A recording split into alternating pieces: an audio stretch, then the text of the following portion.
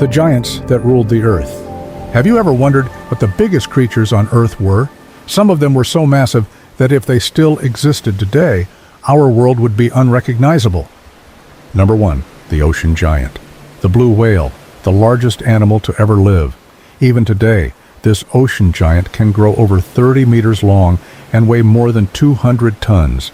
Its heart alone is the size of a car. Can you imagine? Number 2. The prehistoric predator.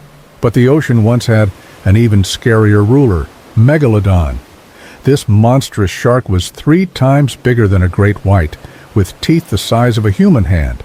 If it still lived today, no sea would be safe. Number 3. The jungle titan. Deep in the prehistoric jungles slithered Titanoboa, a snake over 12 meters long. It could crush its prey with the force of a truck. Imagine walking in the jungle and seeing this beast in front of you. Number 4.